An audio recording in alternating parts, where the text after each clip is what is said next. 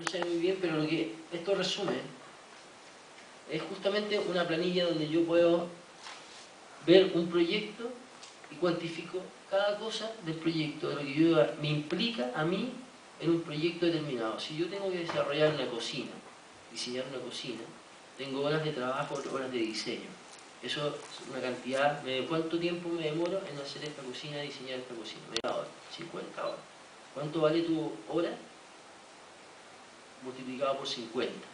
Después tienes que ubicar todos los gastos que significa la cocina, que cuántas planchas de MDF, cuánto te cuesta la mano de obra del maestro de los mueblistas, la luz, el agua, etcétera, etcétera. Todo cuantificado y finalmente tú llegas a un valor final del proyecto.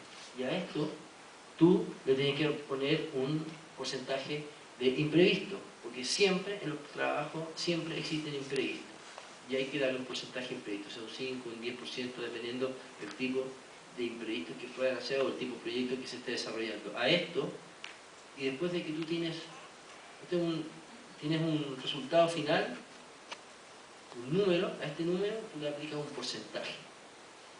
Bueno, en esto que también estás contando los fletes, estás contando los gastos operacionales, varios. Gastos operacionales significa la benzina que va a ocupar, la cantidad de boletos de micro o de metro que va a utilizar, los traslados, los tiempos. Todo eso son gastos operacionales. De la luz, el agua, el arriendo, del local donde tú trabajas, etc. Eso está implicado en cada proyecto. Todo eso tú tienes que ponerlo dentro de tu proyecto. Todo. Y a eso, y después que ya tienes todo ese resultado final, ese número final, a ese tú le puedes aplicar, por ejemplo, le podrías aplicar un porcentaje, ¿no es cierto?, de ganancia de la empresa, o en este caso, o tú mismo. Un 20%, un 25%, no más de un 27%.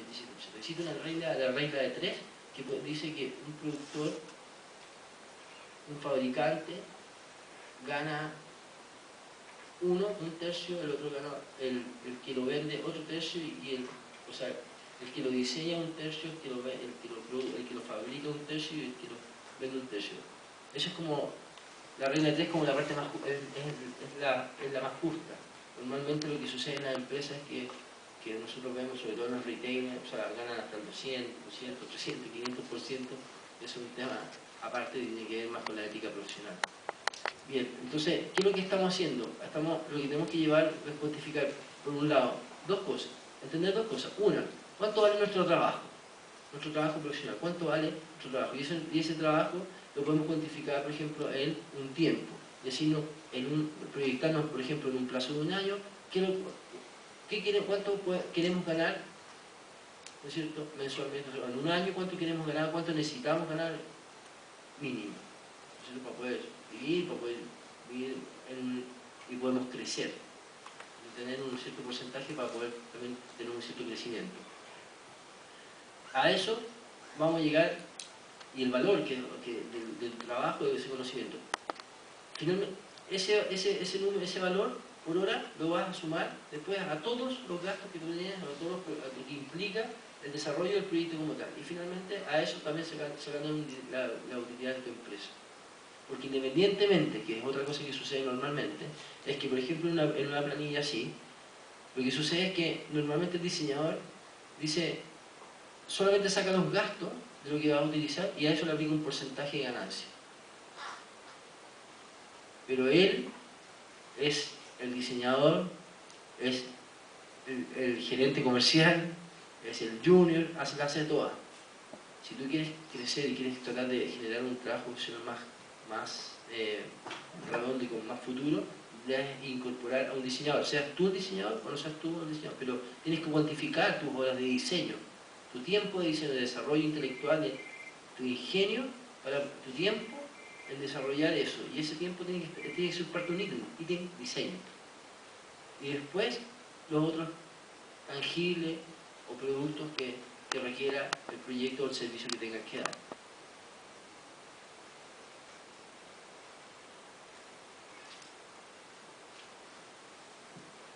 Un tema que nos pasa normalmente a los diseñadores es que cuando tenemos la oportunidad de pegarle al palo, como le dice, llega una empresa grande como Coca-Cola y nos abre la oportunidad de presentarnos un proyecto. Y nosotros normalmente lo que creemos, vemos que una gran empresa llega y nos abre la puerta para poder cotizarle, es que inmediatamente creemos que le cobramos alto al tiro, ¿no es cierto?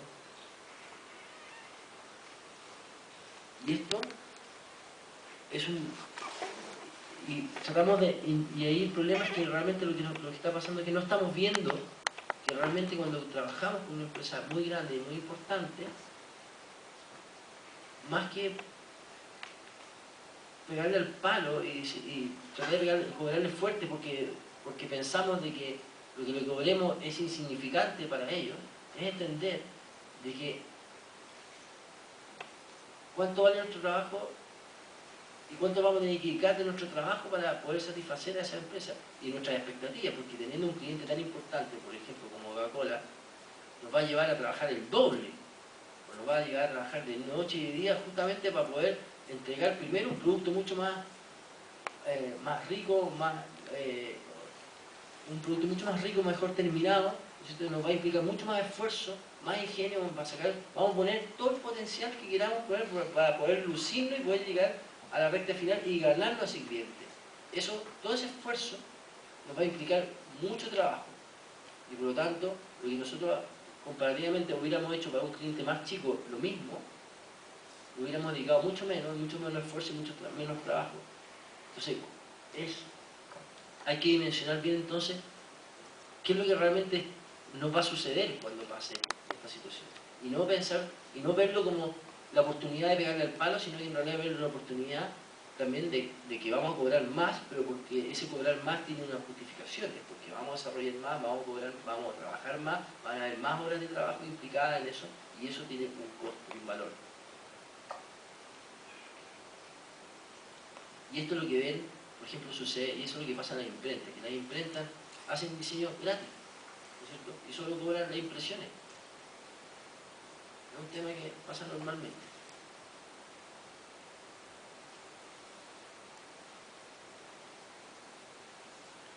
Bien,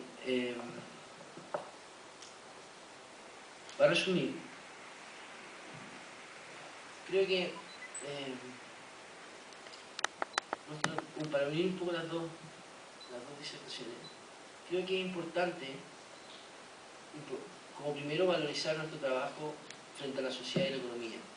Teniendo ese valor, nosotros podemos cuantificar un poco cuál es nuestra importancia y nuestro rol aquí, como decía ahora, y ver también hasta dónde podemos trabajar y cuál es nuestro real aporte, y frente a ello, ver cómo podemos cobrar y qué negocio podemos hacer. Cuando nosotros presentamos a veces un diseño a un cliente, a veces normalmente desarrollamos piezas que son únicas, no hay dos, ¿no es cierto? Y eso hay que tratar de hacérselo ver a nuestros clientes y que le puedan sacar potencial a ese trabajo. Y eso es lo que tiene que ver con la protección también, porque de la protección podemos hacer algo rentable, no solo para nosotros, sino también para nuestros clientes, y hacerlo ver así es hacer también valorizar nuestro trabajo y que nuestro cliente vea la importancia y el valor de nuestro trabajo. Por lo tanto, eso nos va a permitir un mejor poder de negociación. Y lo segundo es contemplar, como decía, constantemente todos los factores que están implicados en nuestro trabajo, que van mucho más allá de solamente el trabajo operado, ¿no es cierto?, desarrollado, sino que también hay otros factores asociados y que están insertos y que a veces normalmente no se ven a simple vista y que el cliente tampoco los ve y nosotros tenemos que mostrarlos, presentarlos, verlos y hacerlo. Otra cosa que quería mostrar y quería decirles era que en la página del colegio ustedes van a poder ver en la sección de instrumentos, hay contratos tipos. Los contratos tipos son fundamentales para poder trabajar y presentar cuál es nuestro trabajo, cómo lo hacemos, en las fases que se puede desarrollar, ¿no es cierto? Las etapas, cada etapa puede tener un costo distinto, el cliente puede llegar a hacer 1, 2 o 3 etapas o hacerlas todas. Pero también hay un documento que se llama resguardo de autoría. Yo creo que todo diseñador, si bien legalmente al 100% no sirve mucho, se puede generar, sirve para este documento, te lleva a entender un poco la importancia de lo que nosotros hacemos y el valor que nosotros hacemos y lo que el cliente también va a percibir cuando nosotros se lo presentemos. Primero, este resguardo dice, de cierta manera, de que todo lo que yo le muestre a mi cliente, ¿no es cierto?, es mío.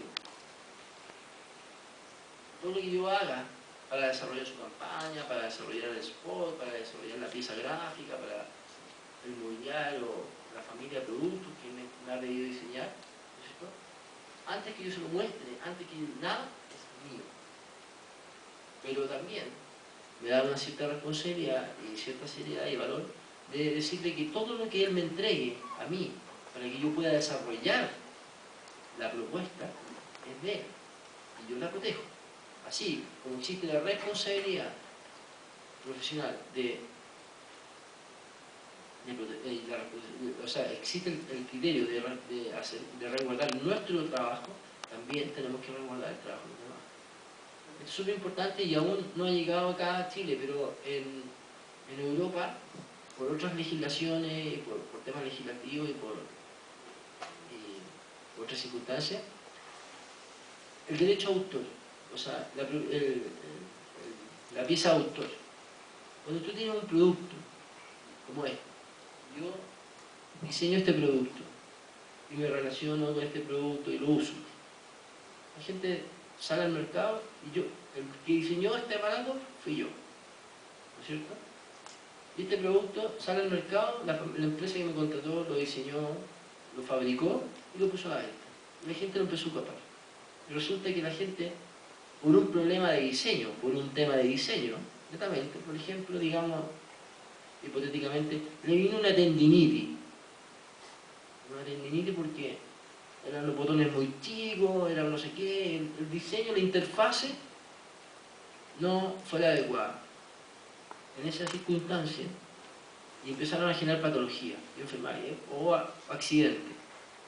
Ahí el responsable no es el fabricante, es el diseñador. Y el que es penalizado es el diseñador.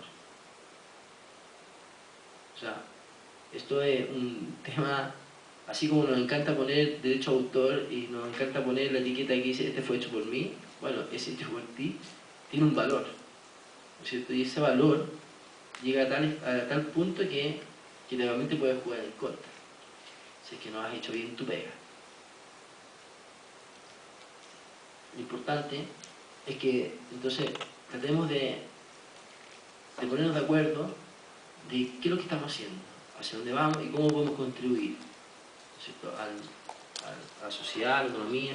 Cuánto el que nos guste nuestro trabajo no solamente es porque a lo mejor le pegamos al trabajo, no nos gusta, no le pegamos lo que hacemos, sino hay que ver debajo de eso y ver cuál es el impacto, hacia dónde, qué es lo que realmente estamos haciendo, por qué es tan importante lo que estamos haciendo. Y esa importancia y ese valor, o sea, esa importancia es lo que le da el valor a lo que hacemos. Y eso es lo que tenemos que cuantificar para poder llegar a saber, a demostrarle a nuestro cliente por qué nuestro trabajo tiene un valor determinado, un precio, ¿no es cierto? Y eso es importante.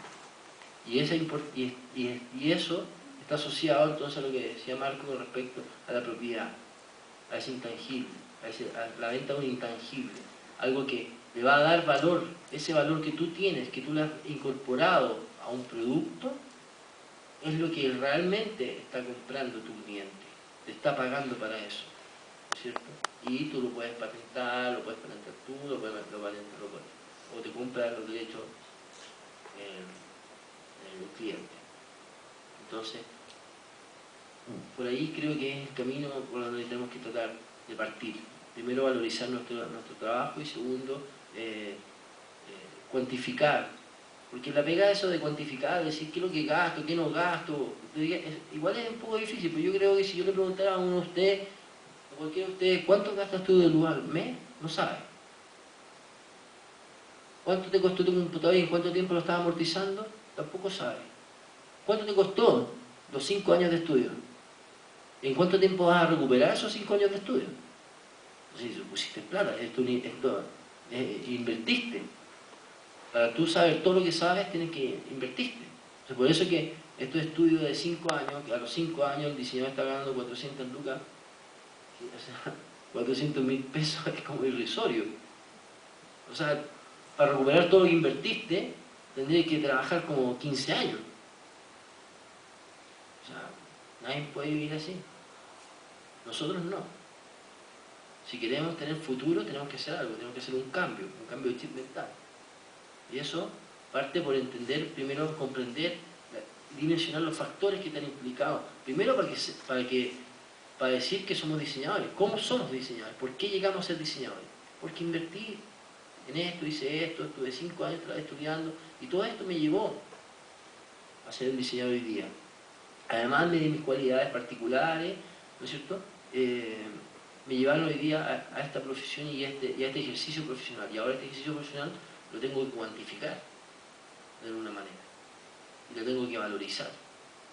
Lo tengo que respetar, lo tengo que cuidar. Y tengo que demostrar cómo. Y eso es pegar en norte. Si alguien tiene alguna pregunta, los invito a levantar la mano y encantado los apoyamos. ¿Qué pasa si alguien, si una persona lucra con un trabajo mío, pero que es totalmente boceto, que no tiene una protección como patentada, pagada, por así decirlo? Mira, es bien simple. Es lo que se queja todos, nos quejamos todos los diseñadores, o se quejan muchos diseñadores.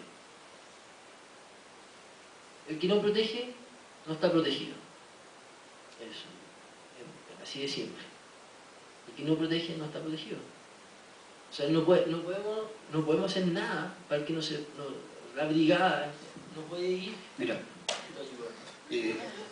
claro, mira, lo que pasa, así, siguiendo mi ejemplo primario, cuando descubrieron Chile, cuando los españoles, y lo que pasaba es que se registra, o la cultura nuestra cultura, respeta y exige que se respete lo material. Esto es mío. Entonces, ¿qué es lo que sucedió cuando llegaron los españoles? Estaban aquí los indios, y habían vivido desde siempre. Y estaban aquí, y por lo tanto, sus terrenos eran de ellos. Porque estamos aquí, este es nuestro. Pero cuando llegaron los españoles, dijeron, mira,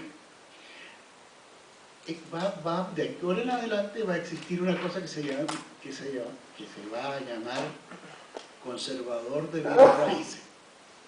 Y el conservador de bienes raíces va a decir de quién es este terreno, este sitio, este fruto, este campo. Si no está registrado en el conservador de bienes raíces, el indio no tiene propiedad, no es de él. Entonces viene un alemán, como vinieron acá, y se proclama que esto no es de nadie, como lo que está pasando en Bolivia ahora. ¿Qué pasa en una carretera por una cuestión que no es de nadie? Pero es que como no es de nadie, si hay miles de indios que siempre han sido de ellos, y alegan y qué sé yo, y bueno, y vimos las filmaciones por televisión, cómo defendían lo que era de ellos. Pero lo que pasa es que tenemos que hacer un cambio cultural. Entender que lo que nosotros hacemos tiene que estar registrado en algo que sea respetado por la ley. ¿Ya? Y si tú no lo registras, como le pasa a los indios ahora, me estás diciendo que esto es tuyo, ¿de dónde? Muéstrame los papeles. No hay ningún papel, entonces no es de nadie, por lo tanto es mío. Lo mismo te va a pasar a ti. Si tú haces un boceto o cualquier cosa, si no lo registras, no es de nadie, entonces lo puede hacer cualquiera. O sea, no es que no es de nadie, es patrimonio cultural de la humanidad. Es tu aporte como estudiante a el desarrollo de la humanidad. ¿No? Ahora, estas propiedades del intelecto no son para siempre, como decía yo. Son por una cierta cantidad de años y después lo pueden ejecutar cualquier persona. Pero, pasado ese tiempo, pasan a patrimonio cultural de la humanidad y los pasan a ser genéricos, digamos, en las farmacias o en lo que es la química farmacéutica.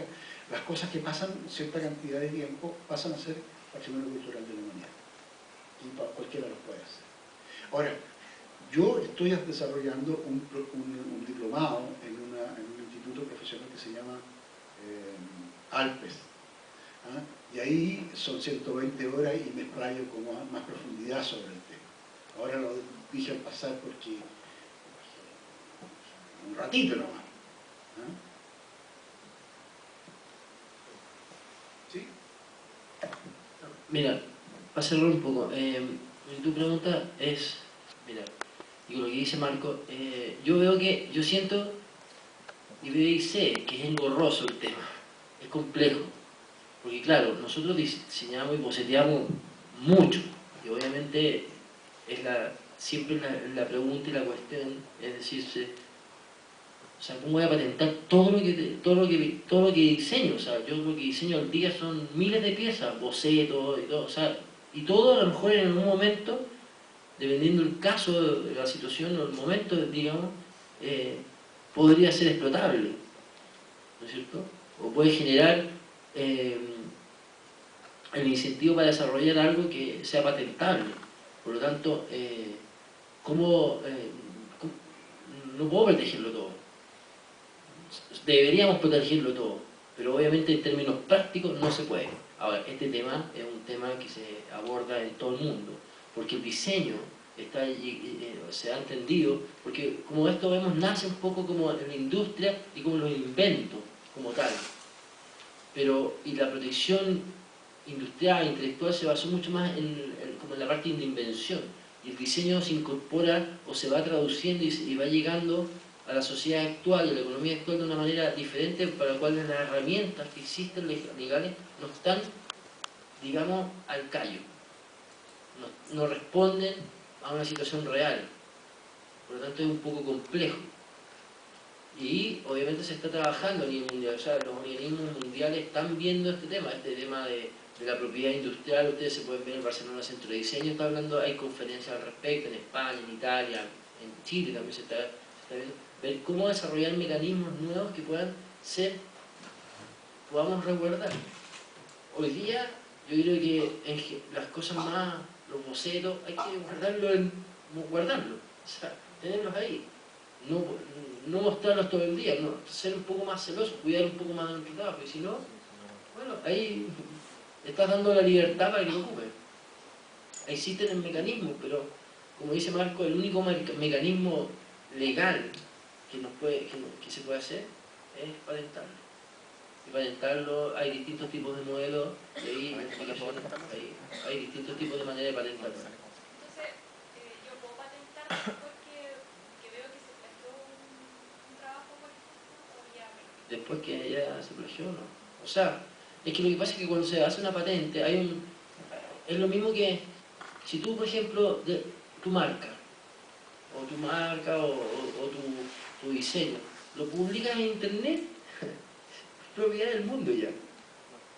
Porque obviamente el departamento, o sea, de propiedad intelectual industrial, lo primero que va a hacer se va a poner a buscar si que el producto, hay peritos, hay expertos que se dedican dentro de INAPI, hay expertos que cuando tú vas a patentar algo, esos expertos lo primero que hacen es buscar entre todos los registros de marca y patentes, ¿no? Si es que existe algo parecido o igual, así de simple, lo buscan. Y por eso esto tarda meses o semanas, no es tan rápido, años.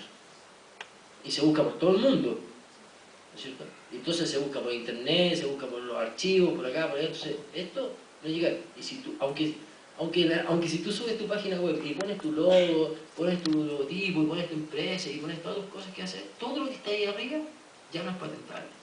Si es que ya no lo hiciste antes. Si es que no lo protegiste antes, no protegiste tu marca, si tu marca no te fue patentada, no la patentaste, mañana, si te subes a internet, es como público.